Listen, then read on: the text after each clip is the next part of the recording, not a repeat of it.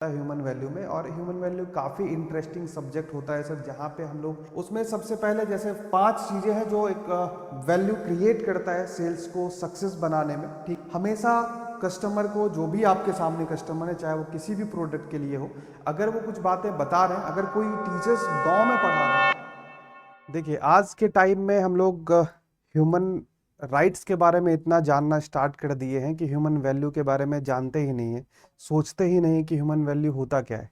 जबकि सच्चाई ये है कि अगर हम ह्यूमन वैल्यू को ना समझ रहे हो तो ह्यूमन राइट्स का भी कुछ नहीं, ह्यूमन राइट्स से भी कुछ नहीं कर सकते। बेसिकली आज जो हम लोग इस क्लास में जानेंगे वो ह्यूमन वैल्यू के बारे में जानेंगे कि ह्यूमन वैल्यू एक्चुअल में होता क्या है, क्योंकि थोड़ा बहुत नॉलेज तो होना जरूरी है। साथ ही साथ सेल्स में भी इसका क्या योगदान है उसके बारे में भी जानेंगे। ह्यूमन वैल्यू बेसिकली होता क्या है कि वो हमारी जो थिंकिंग होती है, हमारा जो करेक्टर होता है, हम जो कोई भी डिसीजन लेते हैं वो कैसे लेते हैं, इन सारी चीज़ों को हमारे अंदर डेवलप करने में हेल्प करता है। ठीक है, वो एक प्रोसेस है या सिद्धांत उसको कह सकते हैं ह्यूमन वैल्यू को। वो एक ऐसा वैल्यू है जो हमारे करेक्ट डिसीजन के लिए हमें हेल्प करता है। ठीक है, चाहे वो एथिकल है या नॉन एथिकल है, हम किस चीज़ पे डिपेंड होकर के वो डिसीजन ले रहे हैं, वो उन्हीं चीज़ों पे डिपेंड करता है ह्यूमन वैल्यू पे। ये कई सारे इसका जो हमारा ह्यूमन वैल्यू होता है सर, उसको प्रेजेंट करने के लिए कई सारे प्लेटफॉर्म है। प्लेटफॉर्म यानी कि उसको हम ये भी कह सकते हैं कि कहाँ कहाँ ह्यूमन वैल्यू काम आता है। ठीक है, जैसे कि एक तो हमारा पर्सनल लाइफ होता है सर, कि हम पर्सनल लाइफ में भी हमारा ह्यूमन वैल्यू काफ़ी इफेक्ट करता है कि हमारा करेक्टर किसी चीज़ को देख के हमारा नीयत क्या है, हम किसी चीज़ के लिए जो हमारा नेचुरल एक्सेप्टेंस है वो क्या कहता है। ठीक है, हम किसी पे हमारे ऊपर ट्रस्ट कोई कैसे कर सकता है, इन सारी चीज़ों के लिए ह्यूमन वैल्यू को जानना बहुत ज़रूरी है। दूसरा होता है सोशल वैल्यू। सोसाइटी में हमारी क्या वैल्यू है, सोसाइटी के लिए हमारे अंदर क्या वैल्यू है। ठीक है, सोसाइटी के साथ हमारे रिलेशन कैसे हैं, उसको आ, कैसे हम सोचते हैं, उसके बारे में हमारी क्या विचारधारा है, ये भी हम लोगों को सोशल वैल्यू में हम लोगों को जानना चाहिए और वो काफ़ी हेल्पफुल होता है।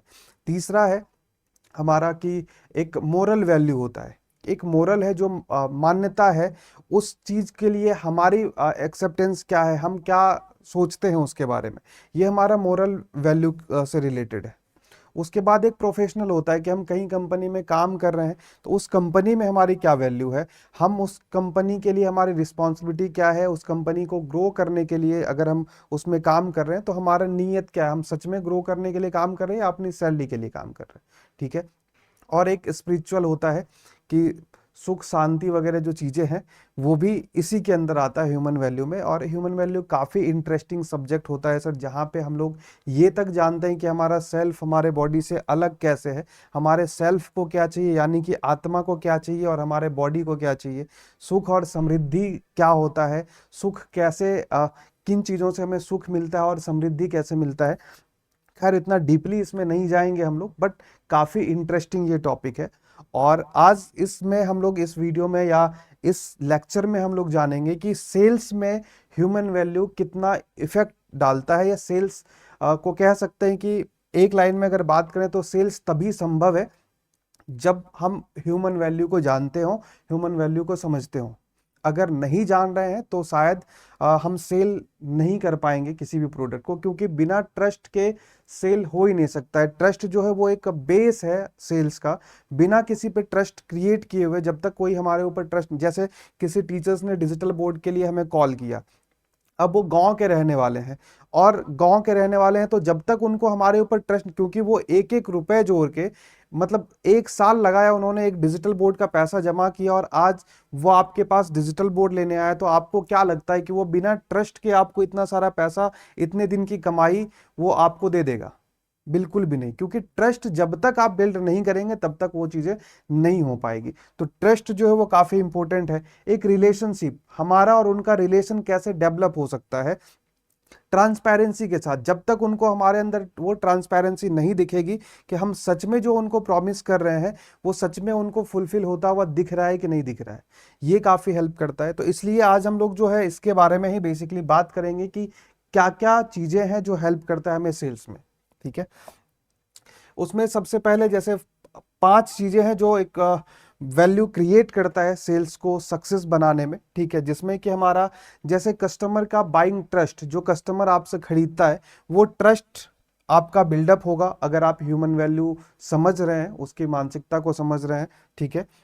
दूसरा, बेहतर कस्टमर एक्सपीरियंस आपको मिलेगा, बेस्ट जो कस्टमर का एक्सपीरियंस है वो आपको मिलेगा अगर आप ह्यूमन वैल्यू को समझने के साथ साथ सेल कर रहे हैं। तो लॉन्ग टर्म तक आपका रिलेशन होगा किसी भी टीचर्स को, जैसे किसी भी कस्टमर के साथ आपने एक बार कोई प्रोडक्ट सेल किया और उस प्रोडक्ट के बिहाफ पे आपने एक ट्रांसपेरेंसी के साथ ट्रांसपेरेंसी के साथ आप उसके सामने अपने प्रोडक्ट को या अपनी कंपनी को या अपने आप को प्रेजेंट किया हो, ठीक है, तो वो आपका लॉन्ग टाइम तक रिलेशनशिप रहेगा, ठीक है, वो रिपीटेड बिजनेस वहां से आता रहेगा आपको, ठीक है। ये सारी चीजें क्या है, ये सारी चीजें ह्यूमन वैल्यू है। जब तक आप ह्यूमन वैल्यू का यूज नहीं करेंगे यहाँ पे तो ये आपको नहीं मिल सकता है, फिर आपको जो सक्सेस मिलना चाहिए सेल्स में वो सक्सेस आपको नहीं मिलेगा, ठीक है।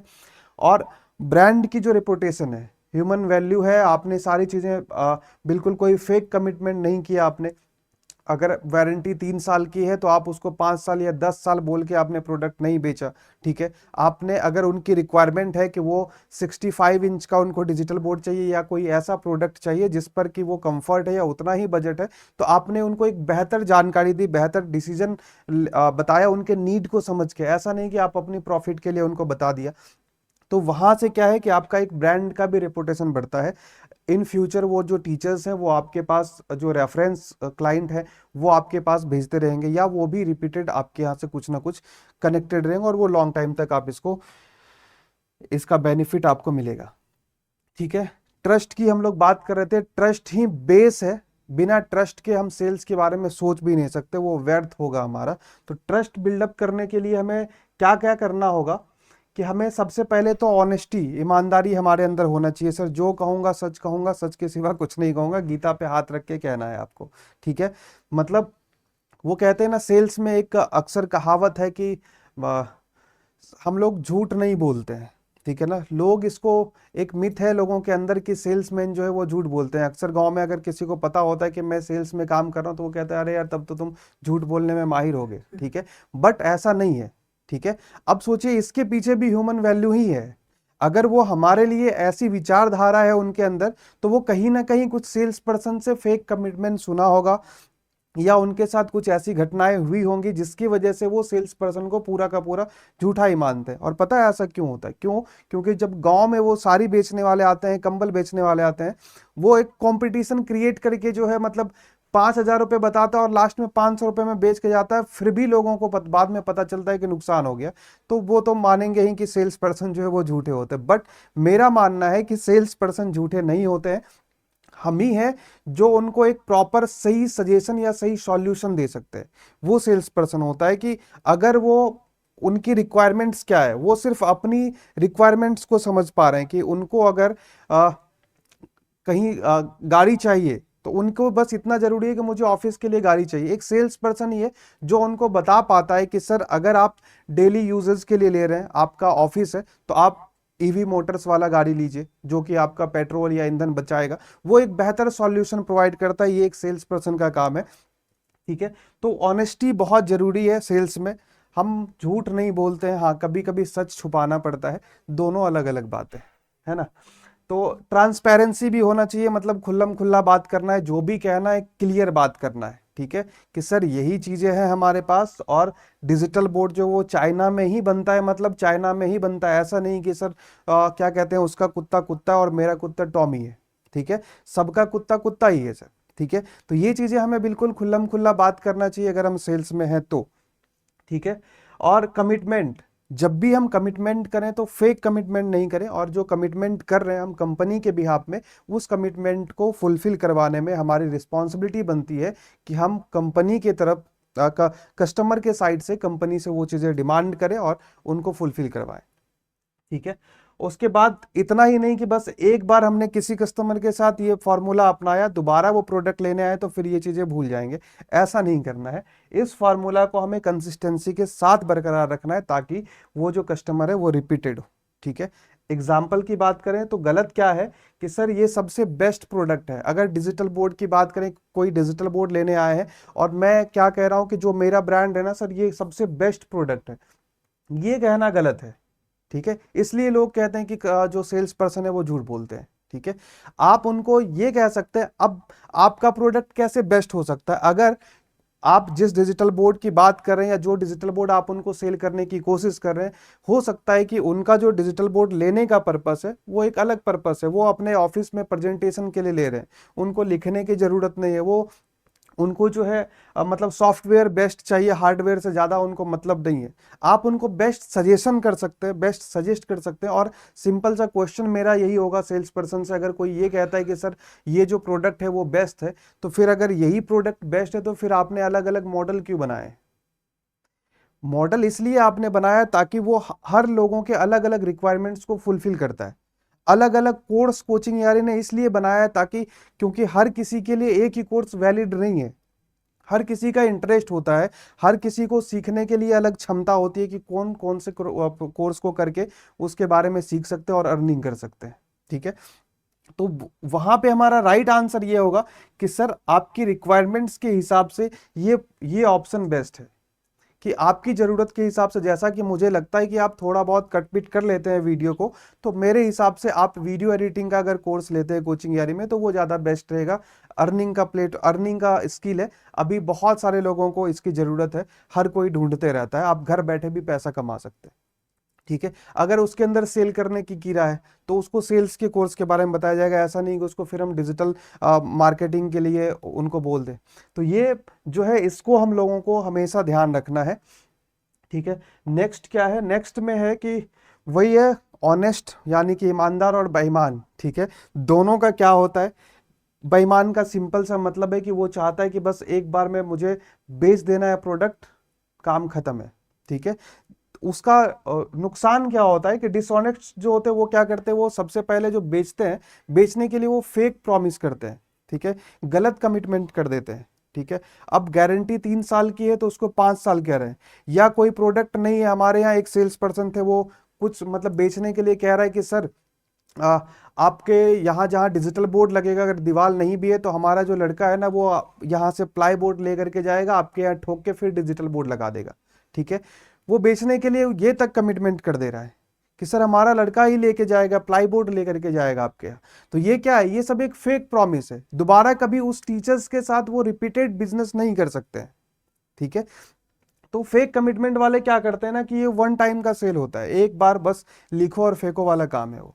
ठीक है, वो कहानी खत्म हो जाती है, उनको उनको निगेटिव रिव्यू मिलता है, उनके बारे में से जितने भी डिपार्टमेंट के सीनियर थे सबके पास कॉल आया कि सर आपका लड़का बोला था कि मैं प्लाई बोर्ड ले करके भेजूंगा, जो कि पॉसिबल नहीं है। ठीक है, डिजिटल बोर्ड और प्लाई बोर्ड का कोई दूर दूर तक संबंध ही नहीं है कि हम उनको अरेंज भी करके दे दें। ठीक है, तो ये है कस्टमर आप खो देते हैं वहां से। ठीक है, वहीं अगर उसके अपोजिट बात करें, अगर कोई ऑनेस्ट है जो सेल्स पर्सन है, जिसके बारे में अभी हम लोगों ने बात किया कि क्या क्या चीजें उनके अंदर होनी चाहिए, तो वहां पे जो है हम लोग वहां से हम लोगों को क्या होता है कि कस्टमर को वो सही और जेन्युइन एडवाइस देते हैं, क्या सही है, उनके रिक्वायरमेंट्स को क्या फुलफिल कर रहा है। ठीक है, दूसरा कस्टमर हैप्पी रहते हैं उनसे, और रेफरल कस्टमर उनसे आते रहता है और रिपीटेड परचेज होता है उनसे। ठीक है, इसलिए कहा जाता है कि एक ऑनेस्ट सेल्स जो है वो क्रिएट लाइफ टाइम कस्टमर, वो हमेशा लाइफ टाइम के लिए कस्टमर को क्रिएट कर लेता है, बार बार वो परचेज करते भी, और आप उनके जो जान पहचान के लोग होते हैं उनको भी सजेस्ट करते हैं। ठीक है, empathy and need analysis.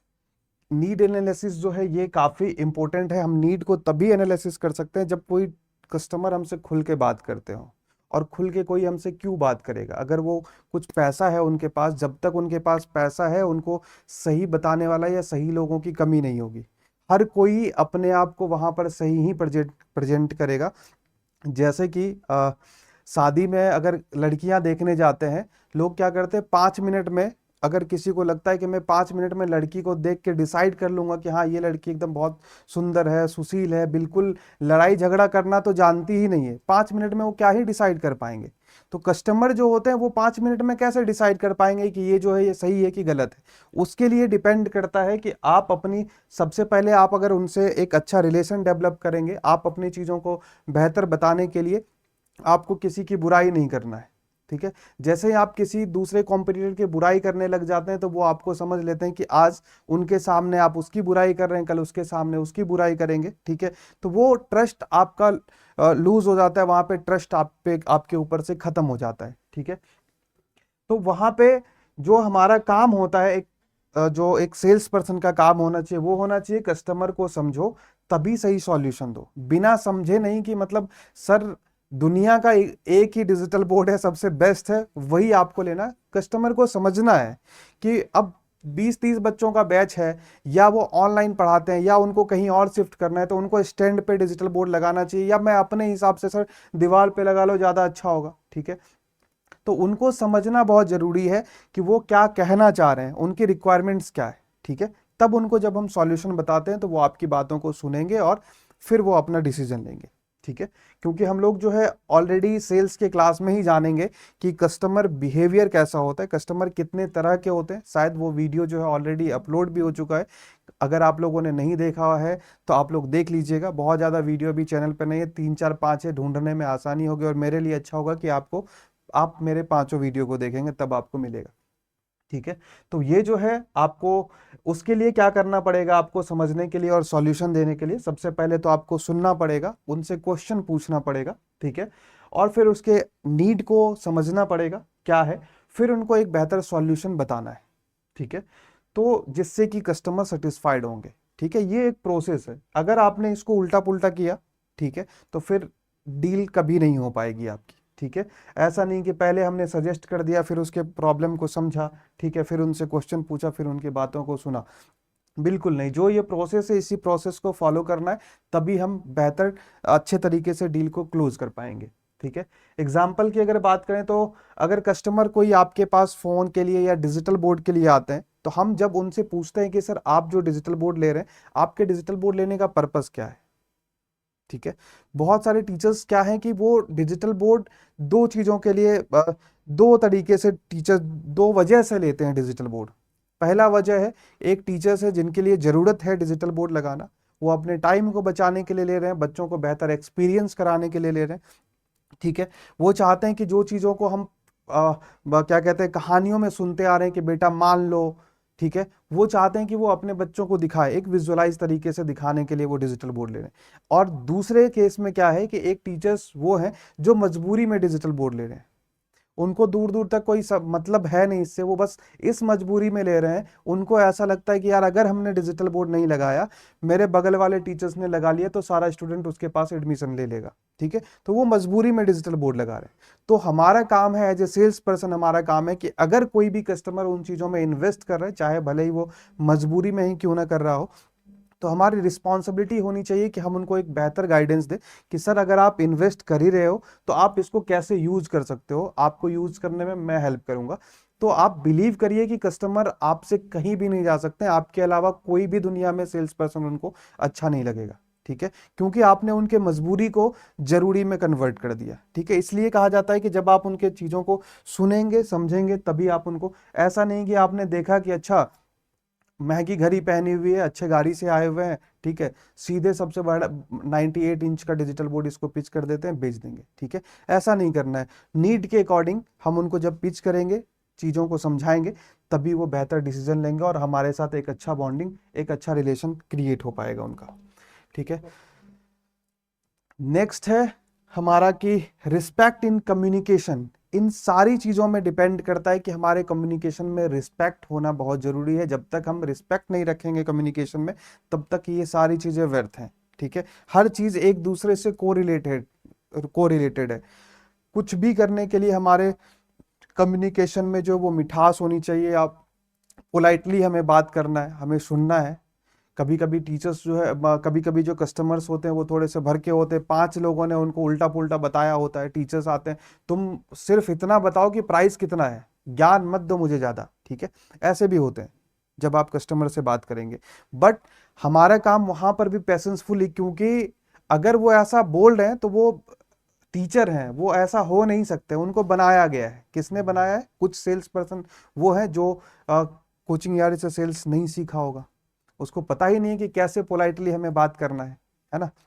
Don't worry, आपने सीखा है, आपको बुरा नहीं मानना है, ठीक है। तो बेसिकली क्या है कि उन चीजों को समझना बहुत जरूरी है कि आखिर ऐसा क्यों हुआ, और हमें वहां पे एक क्वेश्चंस, ठीक है, हमारा जो एक क्वेश्चंस है वो उनको प्रॉपरली फिर से शांत कर सकता है कि सर मैं समझ सकता हूं आप परेशान है, ठीक है, मैं आपको डायरेक्टली आपके आप जो सवाल पूछ रहे हैं मैं वही जवाब दे देता हूं, बट अगर आप, अब मेरी आग्रह है कि अगर मैं चाहता हूं कि एक बार मैं आपकी ये क्या कहते हैं जरूरत क्या है उसको समझ लूं, तो मैं एक बेहतर प्राइस और एक बार में मैं आपको प्राइस बता पाऊंगा, क्योंकि एक फिक्स प्राइस नहीं है सर, ये डिपेंड करता है कि आप कौन से प्रोडक्ट आपके लिए बेस्ट होगा। ठीक है। जब आप इन चीजों को और पॉइंट टू पॉइंट उनसे बात करते हैं तो हो सकता है कि वो आपकी बातों को सुने समझे और वो फिर आपको वो पूरी कहानी भी सुनाएंगे कि उनके साथ क्या हुआ था। ठीक है। ये एक अच्छे सेल्स पर्सन का काम है। ठीक है। ये हमारे अंदर होनी चाहिए। ठीक है। और इसका गोल्डन रूल हमेशा आपको याद रखना है, लिसन केयरफुली, ध्यान से सुनना है बातों को। ऐसा नहीं कि जो कस्टमर है वो कुछ चीजें बोल रहे हैं अपने बारे में बता रहे हैं और मेरा ध्यान है कि भाई आज तो काटना है। ठीक है। ऐसी गलती नहीं करनी है। ठीक है। और नेवर इंटरप्ट, जब भी कोई कस्टमर हमसे डिस्कशन कर रहे हैं हमें बीच में इंटरप्ट नहीं करना है। हमें भले ही लग रहा हो कि मैं वहां पे करेक्ट कर सकता हूं या कुछ चीजें हैं जो हमें लग रहा है कि वो सही नहीं बता रहे हैं या कुछ गलतियां हैं या कुछ और जानना है, तो पहले केयरफुली सुनना है, इंटरप्ट नहीं करना है, फिर हमें पोलाइटली उनसे बात करना है। पोलाइटली उनसे बात करना है, जी सर जैसा कि मैं समझ पाया कि आपके साथ ये सब प्रॉब्लम है या आप जो प्रोडक्ट लेना चाह रहे हैं ये, तो उसमें ये वर्ड अगर हम जोड़ देते हैं ना, जब पूरी बातें सुनने के बाद, जैसे टीचर्स ने कुछ कुछ बताया कि ये चीजें हैं वो इस पर्पज से लगाना चाह रहे हैं, फिर लास्ट में जब हम अपनी बात रखते हैं बहुत ही पोलाइटली कि ओके सर ठीक है, जैसा कि मैं समझ पाया कि सर आप गांव में टीचिंग करवाते हैं, आपके यहाँ लगभग 100 से 200 बच्चे हैं, ठीक है, और आप बायोलॉजी पढ़ाते हैं सर, ठीक है, अभी आपको पढ़ाने में समस्या हो रही है, आपको डायग्राम बनाना पड़ रहा होगा, ठीक है, आप इसलिए डिजिटल बोर्ड लेना चाह रहे हैं ताकि डायग्राम ना बनाना पड़े, आप पीपीटी पीडीएफ से पढ़ा पाए। इससे क्या होता है कि एक कंफर्मेशन होता है कि उनको ऐसा लगता है कि आपने उनकी बात को केयरफुली सुना है और आप भी अच्छे तरीके से समझ गए हैं उनकी बातों को। अब जो डिस्कशन होगा वो कंक्लूजन पे होगा। तो ये एक छोटा सा एक्टिविटीज जो है वो आपके सेल्स को काफी इंप्रूव कर सकता है। ठीक है। हमें अक्सर हमेशा रिपीट करना चाहिए, अगर मौका मिले, अगर ऐसा टाइमिंग मिलता है आपको तो रिपीट करना चाहिए कि मैं सर ऐसा समझ पाया आपकी चीजों को। ठीक है।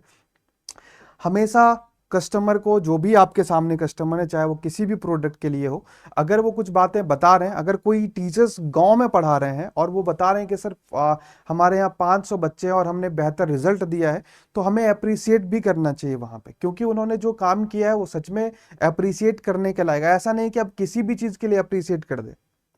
ठीक है। कि सर हमारे कोचिंग क्लास से एक लड़का और लड़की भाग गया, अब उसके लिए अप्रिसिएट नहीं कर देना है उनको, जो फैक्ट है उसके लिए हमें अप्रिसिएट करना है कि सर मतलब अगर आपके यहाँ से रिजल्ट अच्छा गया है, ठीक है, तो काफी सर ये मतलब गांव में रह करके अगर आपने अच्छा किया है तो वो काफी बेस्ट है। ठीक है। और आप जो जर्नी स्टार्ट कर रहे हैं, आप इतना बड़ा स्टेप उठा रहे हैं, जिस पैसे में आप एक अच्छी बाइक ले सकते तो उस पैसे में आप एक डिजिटल बोर्ड ले रहे हैं जो कि स्पेशली स्टूडेंट को ध्यान में रखते हुए आप ये प्लान कर रहे हैं, तो नो डाउट ये काफी बेहतर डिसीजन है आपका, और जहां भी जो भी सपोर्ट होगा हम आपको सपोर्ट करेंगे सर। ठीक है। तो वो जो चीजें हैं वो अप्रिसिएशन बहुत जरूरी है। क्वेश्चन जो हमारा हमेशा उनसे अगर कोई भी चीज पूछना हो तो हमारा ये क्वेश्चन जरूर होना चाहिए, सर पहले मैं आपकी रिक्वायरमेंट को समझना चाहूंगा। ठीक है। जब भी हम नहीं समझ पाए उनके प्रॉब्लम को या उनके नीड एनालिसिस नहीं कर पाए तो हम चाहेंगे कि एक बार उनसे पूछ लें और पूछने के बाद फिर जो है फिर डिस्कशन हम चालू करें। ठीक है। उम्मीद कर रहे हैं कि आप लोग बोर नहीं हो रहे होंगे। ठीक है। और हो भी रहे होंगे तो मेरा कुछ नहीं जा रहा है, क्योंकि मेरे साथ लाइव ऑडियंस भी है, मैं इस वीडियो को रिकॉर्ड भी कर रहा हूँ और साथ में आप लोग भी बैठे हुए हैं, तो आपका नुकसान है, मेरा कुछ नहीं। मेरा वीडियो जो है वो सार्थक है, मैं इसको अपने चैनल पर डाल दूंगा। ठीक है। लास्ट में ह्यूमन वैल्यू जो है उसका सेल्स फ्रेमवर्क क्या होता है, ठीक है, उसको हम लोग समझते हैं। ठीक है। आज के क्लास का ये लास्ट टॉपिक है हमारा। ठीक है। इसको हम लोग बहुत अच्छे तरीके से समझते हैं कि इसके लिए relationship is the biggest sales strategy.